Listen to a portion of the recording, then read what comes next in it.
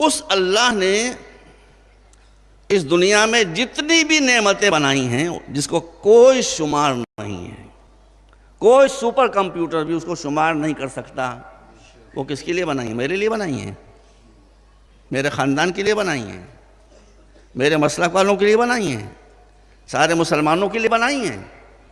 اس نے صاف کہہ دیا سواء للسائلین، ہم سب کے پیدا کرنے والے ہیں، جس کی ضرورت ہے اس کے لیے نعمت ہے۔ پانی برسے گا تو خالی کراچی میں نہیں برسے گا، بنارس میں بھی برسے گا۔ ہوا چلے گی تو خالی پاکستان میں نہیں چلے گی، متھرا میں بھی چلے گی۔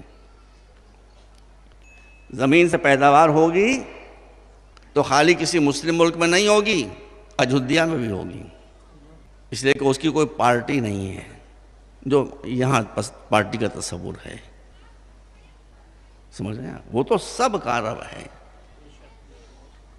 سب کا رب ہے۔ کوئی اس کو مانے اس کا بھی رب ہے، کوئی اس کو نہ مانے اس کا بھی رب ہے۔ جو اس کو مانے اس کا بھی پالنے والا ہے، جو اس کو نہ مانے اس کا بھی پالنے والا ہے۔ جو اس کو مانے اس کا بھی رازق ہے، جو نہ مانے اس کا بھی رازق ہے۔ اور وہ اتنا کریم ہے کہ رزق دیتا ہے مگر ڈھنڈورا نہیں پیٹتا۔ رزق دیتا ہے مگر اس کے ایڈز نہیں آتے، کوریج اس کا نہیں ہوتا ٹی وی پر۔ کہاں دیتا ہے رزق؟ رحم مادر میں۔ آج تو میں اتنا بڑا آپ کے سامنے ہوں، آپ حضرات بھی کوئی 5 فٹ کا ہے، کوئی 6 فٹ کا ہے، کوئی 7 فٹ کا ہے۔ رحم مادر میں ہم اور آپ اتنے چھوٹے تھے کہ اگر ماں اور باپ ہم کو دیکھنا بھی چاہتے تو دیکھ ہی نہیں سکتے تھے، کہ ماں باپ جن کی جو وسیلہ ہے ہماری خلقت کا، وہ بھی اگر ہم کو دیکھنا چاہتے تو ہم انہیں دکھائی نہیں دے سکتے تھے۔ مگر وہ رازق نہ صرف یہ کہ دیکھ رہا تھا بلکہ رزق بھی پہنچا رہا تھا۔ آپ بتائیے پہنچا رہا تھا کہ نہیں پہنچا رہا تھا؟ اگر نہ پہنچا رہا ہوتا تو وہیں مرجھا کے آپ ختم ہو جاتے، لیکن گروتھ وہیں ہوتی ہے جہاں رزق ہوتا ہے۔ کبھی کسی میڈیکل کالج میں جا کر دیکھیے کہ بچہ کہاں سے بنتا ہے، کیسے کیسے کیسے کیسے بنتا۔ ارے آپ تو اشرف المخلوقات ہیں، ایک انڈا اٹھا لیجئے، انڈے میں 2 پارٹ ہوتے ہیں، ایک سفیدی ایک زردی۔ سفیدی سے چوزا بنتا ہے، زردی کا کام کیا ہے؟ انڈا سیلڈ ہے بالکل، زردی کا کام کیا ہے؟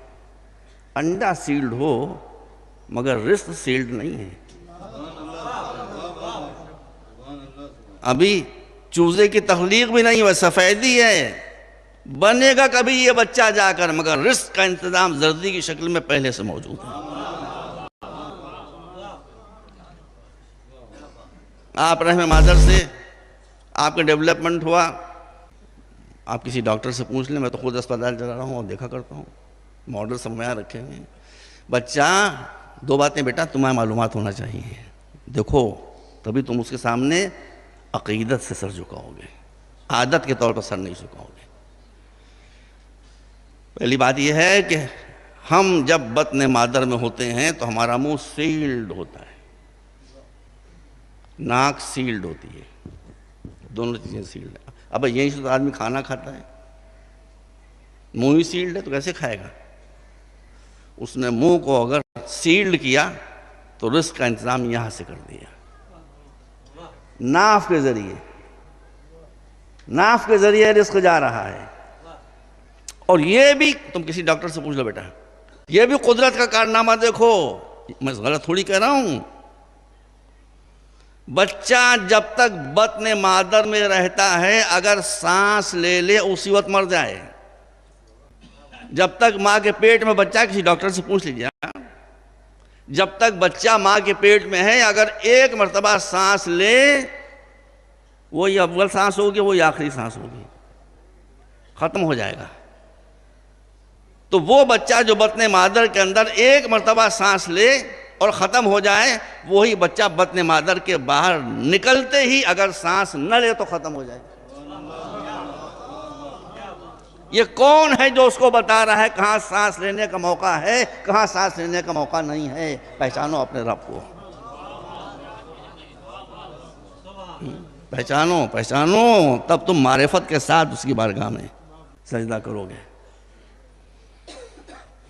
تو وہ رازق ہے، رحم مادر میں انسان کو رزق دے رہا ہے، چوزے کو رزق دے رہا ہے، ارے درختوں کو رزق دے رہا ہے۔ بس وہ یہ گوارا نہیں کر سکتا ہے کہ اس کی پیدا کی ہوئی اشرف المخلوقات بھوکی رہے، پیاسی رہے، اس لیے اس نے سب کے لیے رزق کا انتظام کیا ہے۔